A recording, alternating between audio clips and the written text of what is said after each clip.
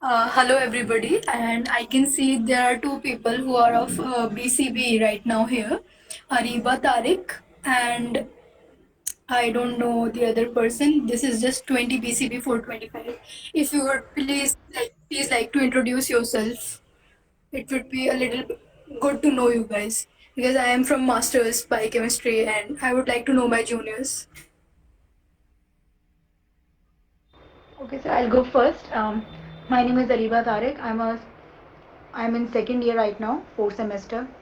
The classes haven't started yet, but yes, I'm in second year. Okay, Ariba, you're in second year. Okay. Yes. And can I please get a name of this roll number 20 BC before 25?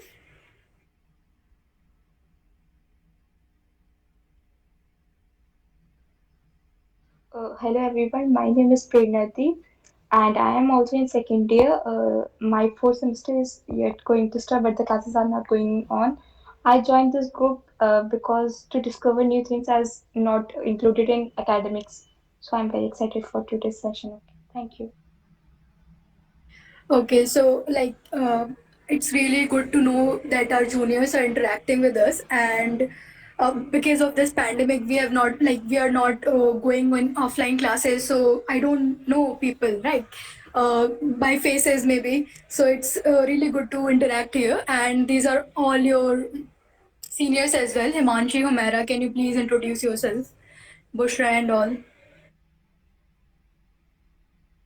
Sure, I'm Himanshi and I'm from the first year of MSc and I'm going to host the event for today. And there are many co-speakers and today I think we should get started now. It's already 12:04 in my clock. And the discussion topic for today shall be CRISPR-Cas9 technology. CRISPR-Cas9 technology, as you know, is a unique editing technology and it has created a lot of buzz in the scientific world.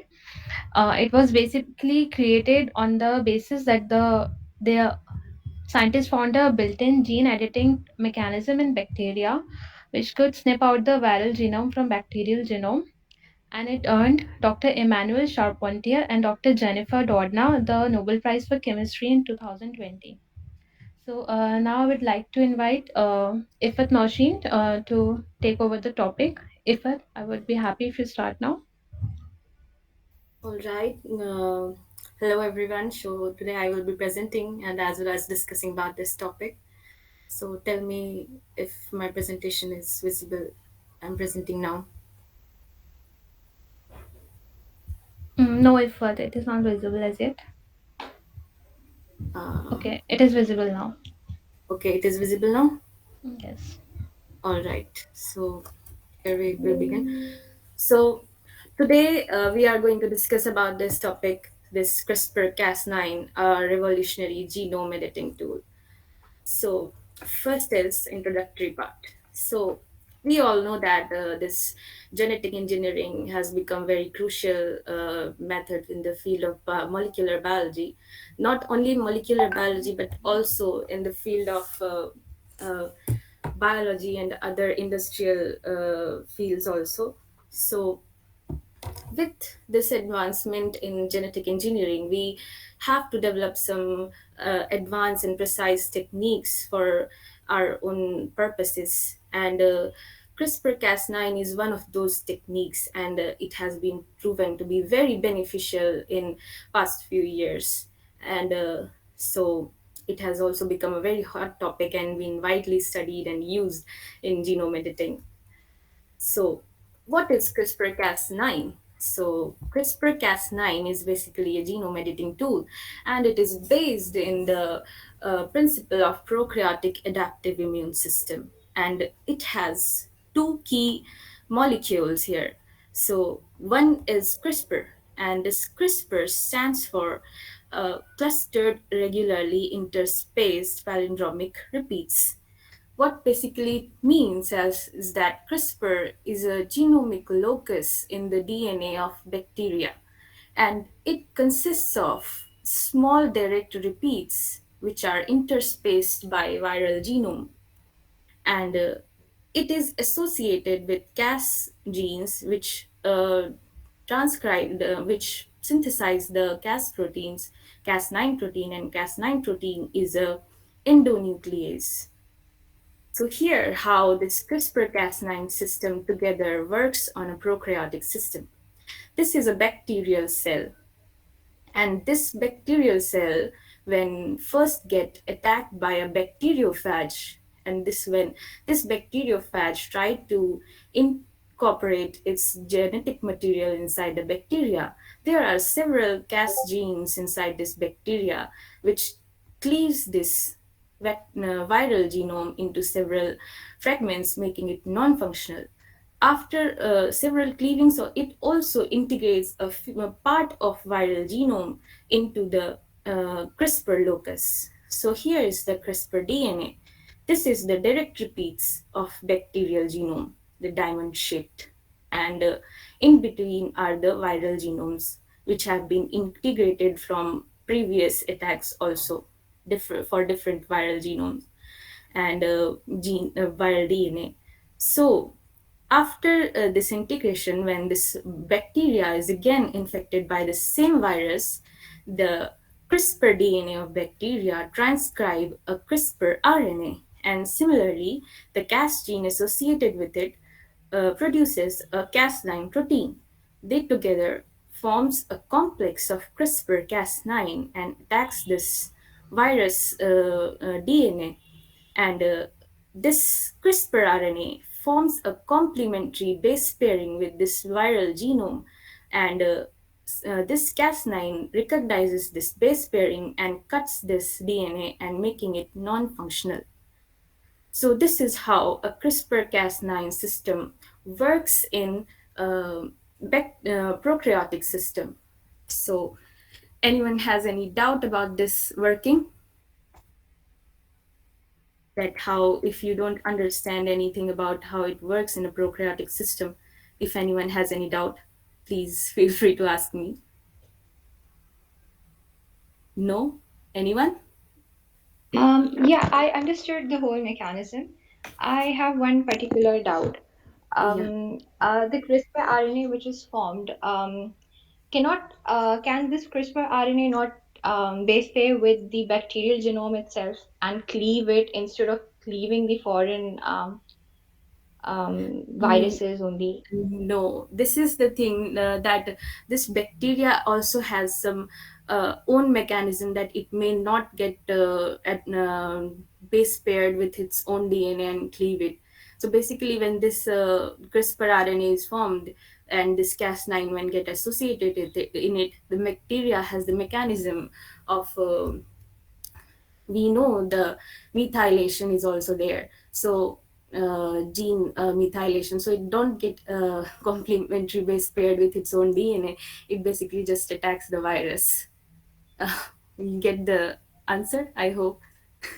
Yeah, yeah. Oh, all right, any other question? Anyone else knows? Should I proceed?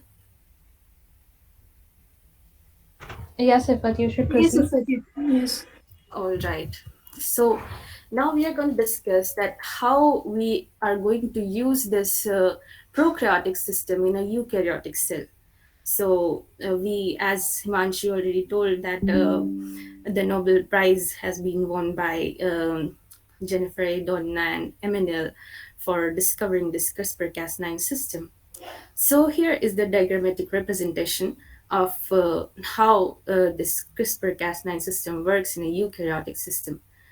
So here we just first design a RNA template, and this RNA template is known as spacer RNA, or some also call it as a guide RNA, or we can also say it's CRISPR RNA. And this CRISPR RNA is associated with another RNA, which is known as trans-activating CRISPR RNA. So these two RNA together forms a single guide RNA. So here, as this CRISPR RNA binds with the target DNA, this trans-activating CRISPR RNA binds with the Cas9 protein. It basically forms a scaffold for this protein binding. It's necessary for the formation of RNA protein complex. Now, when this RNA protein complex is formed, they together binds to the target DNA, and this target DNA is known as protospacer, and it has a sequence adjacent to it, which we called as protospacer adjacent motif. This Cas9 basically recognizes this protospacer adjacent motif and cleaves the DNA into double stranded breaks. And so this is the mechanism. Here, this is the single guide RNA. The Cas9 protein binds to this single guide RNA and forms a complex. And they together, this complex get associated with the target DNA, and this guide RNA forms the complementary base pairing with the DNA, and as it forms the complementary base pairing, this Cas9 just get recognizes the PAM sequence, which is located adjacent to it, and after recognition, it just cleaves the DNA. And after cleaving, what we can do is we can just insert a DNA of our own choice and can produce a transgenic DNA. And similarly, after this double-stranded break, the insertion, or it may not be insertion, can be a deletions also, through two basic processes that are known as non-homologous end joining and homology-directed repair. In non-homologous end joining, we basically just let the host repair the double-stranded breaks by itself. When a host just repair this double stranded breaks, and it leads to deletion, insertion, and always it is error prone. So, and making and often cause a frame shift mutation, and these frame shift mutation makes the gene non-functional, and the process which is widely being used also known as gene knockout. And here, the second process, that is homology directed repair, in this we provide a donor template, a specific donor template which we might want to use or might want to study. And through this homology directed, we just insert a DNA of our choice in the breaks. So this process is also known as gene knock-in. So this is all about the mechanism. Anyone has any doubt about the mechanism of how we use in eukaryotic system the CRISPR-Cas9? Anyone has any doubt?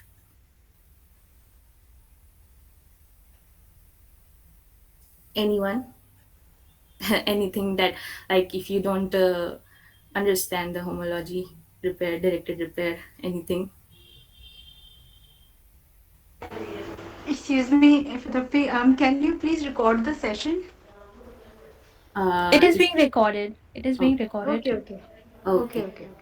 And it will also be uploaded on the YouTube channel, so you can go there and watch it. Okay, thank you. All right. So any doubt about the mechanism to anyone? Does it recognize the palindromic sequence Uh, which for cutting DNA? No, it doesn't. Yeah, obviously it recognizes the palindromic sequence, and obviously it produces blunt-ended DNA double-stranded breaks when it cuts the DNA.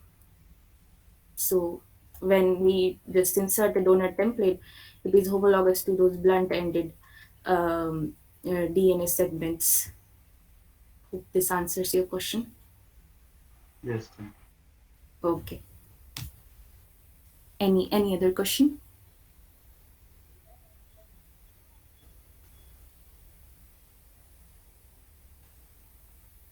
Anyone else? No. So shall I proceed? Uh, all right. So I'm going to discuss about now why we need this CRISPR-Cas9 system. What was the actually requirement for this? So, first is that CRISPR-Cas9 is an RNA-based genome editing tool. What it means that we previously had many genome editing tools, which are such as zinc finger nucleases and tau effector nucleases. There are so many genome editing tools that have been developed previously, but those tools are protein based genome editing tools, and it requires a lot of protein to be designed and very very complex. The process of creating those protein based genome editing tool is very complex and taking, also very expensive. But in case of CRISPR-Cas9, we don't have to design so many proteins, and we just require single RNA and single protein. So it becomes very precise, as the RNA will only bind to its complementary DNA, and also saves the time a lot. So it's fast and very specific, as because of the base pairing, and also very less expensive, that because we don't have to use multiple proteins for the targeting the DNA, and also very easy to use. Apart from that, CRISPR has various numerous applications that are very interesting to know about. So, this is all about why we need CRISPR in today's uh, molecular biology. So, this is all about why CRISPR. And now we are going to discuss about the applications. Since I made you understand the CRISPR, I hope everyone understand what it is, CRISPR-Cas9. So, I want you to tell me the applications. I'm not gonna tell the applications. So anyone, please start. Someone tell me one application that you think that cross your minds.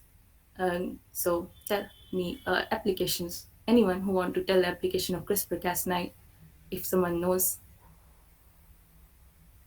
It can be used to treat sickle cell anemia, I think. Sorry, can you please speak again? It can be used to treat sickle cell anemia because it is a single base defect. Yeah, sure. And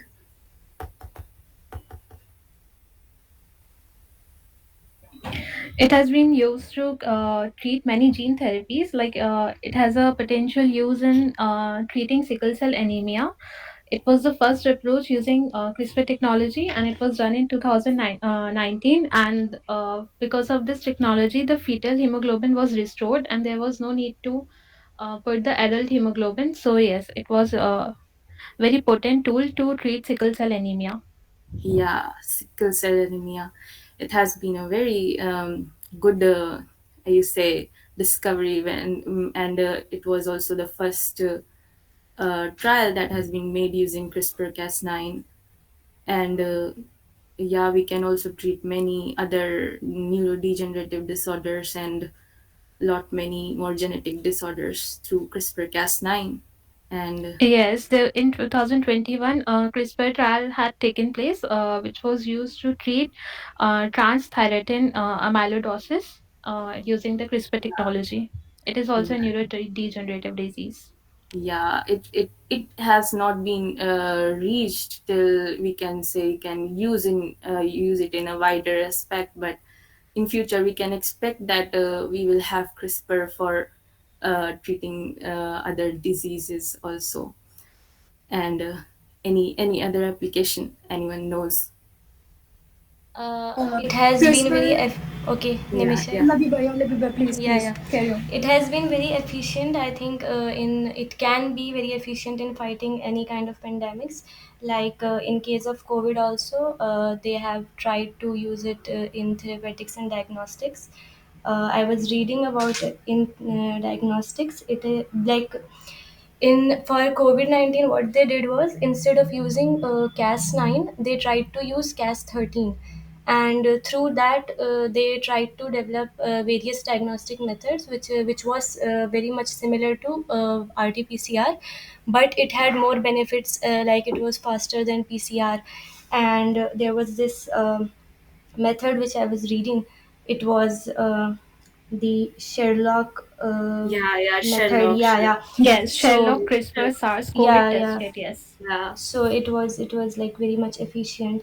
And then there was also this thing that uh, in 15 to 30 minutes it can be detected with your mobile phones after taking the swab. So like there are like very much benefits of using this CRISPR in COVID-19, but I don't know, like it didn't go much well. People preferred PCR over it.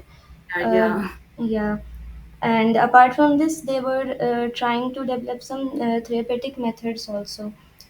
In that also, they tried to use the Cas13 only, but like they are trying. It's still in process, and it may be efficient in other pandemics. Uh, so like this is Yeah, all and what I uh, know. and also there were many vaccines that were also tried to being developed using this CRISPR-Cas9. Yes, Uh, adenovirus vector.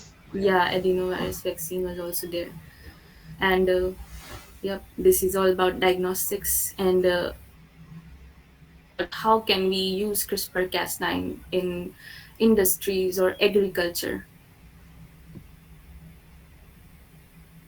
Any Yeah, agri, yeah, yeah. I think I was reading somewhere they used CRISPR to make drug-resistant crops yeah, in drug resistant. agriculture. And I will tell you, I just recently studied about this nutritionally charged lettuce. Anyone heard about this nutritionally charged lettuce? Yeah, I felt so. I do not know exactly what it is, but I do have an idea about its mechanism, that how they are gonna do this, because it is a genome editing tool. So they are going to like produce a guide RNA that would target that, and this is how they'll produce a nutritionally advanced or yeah. So those crops which lack a particular nutrition, we can make it by introducing a guide RNA for that particular gene, and that would be like targeted for that particular gene, and the product will be made. So this is how they can use this approach. Yeah. They similarly they do the same thing with this lettuce thing. So they just use this guide RNA and enhance the calories of lettuce. So the protein calorie that we have to take from basically meat, we can just introduce in lettuce. So we don't have so the vegetarians will have a benefit of it. So it's nutritionally charged lettuce. If anyone is vegetarian here, they can expect in future to have similar proteins as that of non-vegetarians.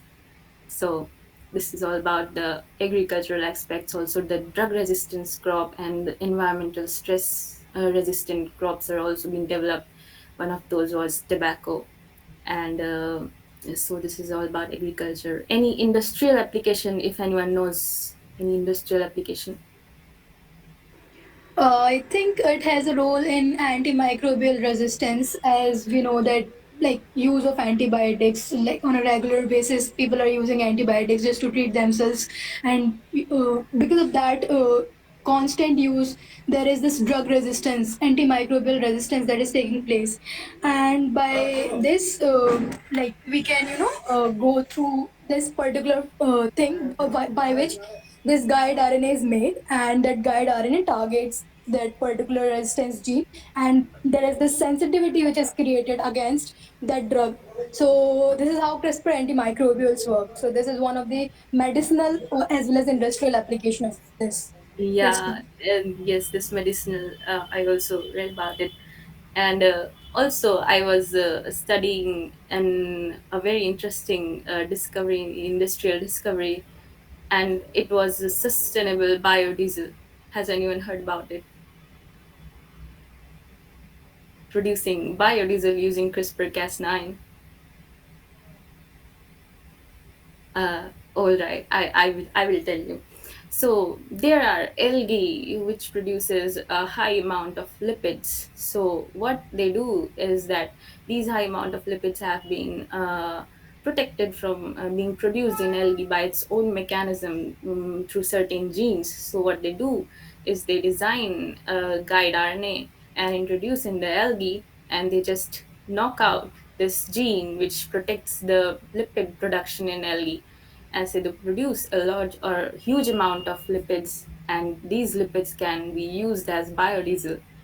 And so we can expect a very great kind of discovery for sustainable development in the future for biodiesel. So this is the industrial application also. And apart from that, we also know that when we producing the cheese, we just try to make the um organism more resistant to virus. So it's also been is used in the dairy industry also. So apart from this, if anyone wants to tell any other applications if they know, and I knew. Yeah, I wanted to add something in the dairy industry. Yeah, The whole mechanism of CRISPR and how it works as an adaptive immune system for the bacterial cells yeah, against bacteriophages. So they like discovered it in a company known as Danisco, which produces yogurt and cheese and stuff. So yeah, they were studying bacteria which were being infected by bacteriophages, in especially lactobacillus, and that's where they stumbled upon this mechanism of CRISPR sequences and Cas9 proteins serving as an immune response against the bacteriophages. So it is the very industry in which it was discovered, and of course then it has applications in it like you mentioned before. So I yeah, thought it was an interesting thing that this was discovered. The whole like natural occurrence of this mechanism in the bacteria were yeah, discovered over there, and after which our Nobel Prize winning ladies, they developed the technology of how to use that and apply it and engineer it for our own uses. So that's pretty cool. yeah. That's also pretty cool. Also, we never knew that bacteria can ever have an adaptive immune response like this. So it's also a great discovery in that part also. Uh, So, all right, this is all about applications now. I want you to tell that though it has many applications which are beneficial for us, but there are some legal and ethical issues about this CRISPR-Cas9. So, what do you think? What might be the hindrance for this CRISPR-Cas9 to be introduced in the whole population or the world? What do you think? What might be the legal and ethical issues? Anyone?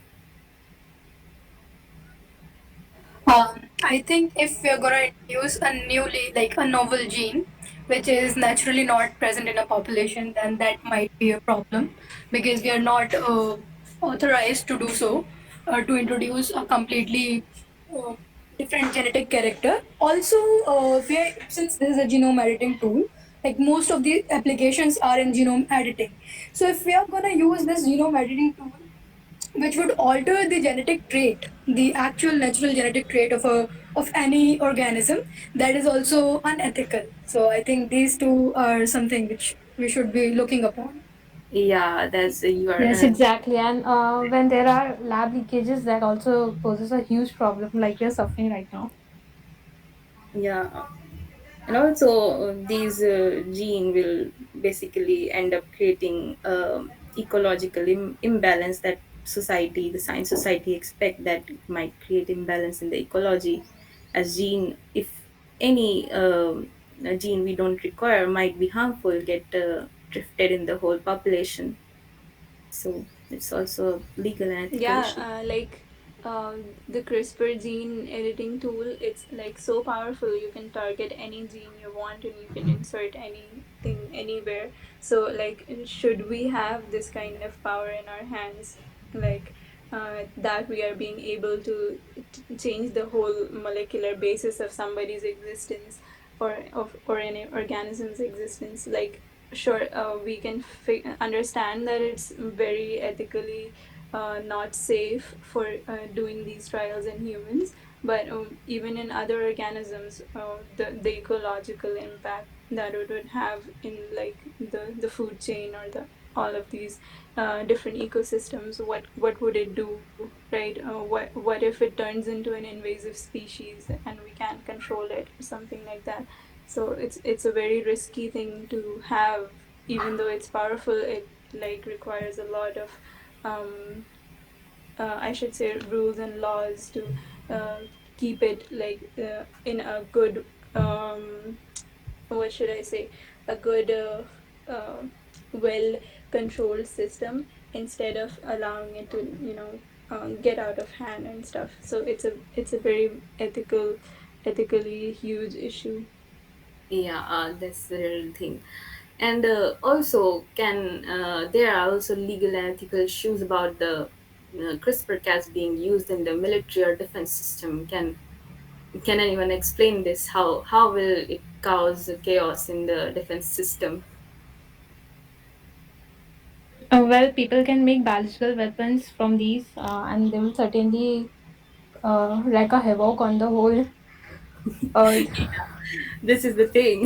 They try to develop the biochemical weapons, and also I just read about somewhere that they are trying to make their soldiers resistant to these biochemical warfares and all. So it's creating that the soldiers have been manipulated by using this genome editing tool, and they don't even know the side effects what it gonna cause. So it's gonna be a very difficult situation if this appears in the military system. So this is all about the military. And apart from that, there is something called chimeric animal. Someone can explain me chimeric animal? Anyone can think about chimeric. What is chimeric? If someone know what's chimeric is. So chimeric animal or a chimeric organism is just another way of editing the genome of an animal. So if we are going to introduce any new gene inside the organism's natural uh, genetic material, then that introduced gene would make a chimera with it already present hereditary material of that particular organism. Yeah, so that's also creating a concern in the society that whether we must consider as a animal that belongs to the society or not. So this is also a very great legal and ethical issue. And so that's all about any the issues. If anyone else has any other issue that they think that might exist about CRISPR, if anyone wants to tell me. Yeah, okay. So I was reading somewhere that this technology is so powerful that people can literally, they can make a designer baby.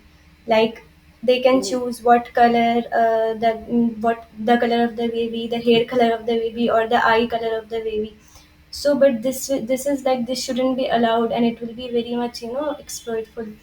So yeah. yeah, so but at the same time, like we know that there are so much benefits of this in like in medical, like in the therapeutics and diagnostics and other treatment methods. So what we should we should draw a line between this like we can use this technology for the treatment of diseases and all, but people shouldn't be allowed to go so much far like to as design their babies. So like we should use it in a very like organized way, this technology. So this is Yeah, what I was reading. exactly. So this will, if this happens, then there will be a lot of discrimination among people. So we have to draw the line, and so uh, this becomes a very concern that even if this happens, then it will be very expensive process. So people who are poor might get also and might get also discriminated among the society. So we have to draw a line for using this powerful tool that it might be powerful and interesting, but it's also has its bad or dark side, we can say.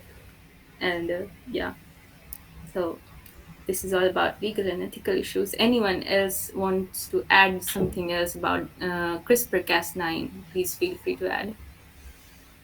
if someone has interesting topic which we never discussed in this session, they can explain it. Or someone wants me to explain something from the previous slides also can ask the question. All right. No one? So, okay, that's it then. So, shall I conclude this session? Humaira?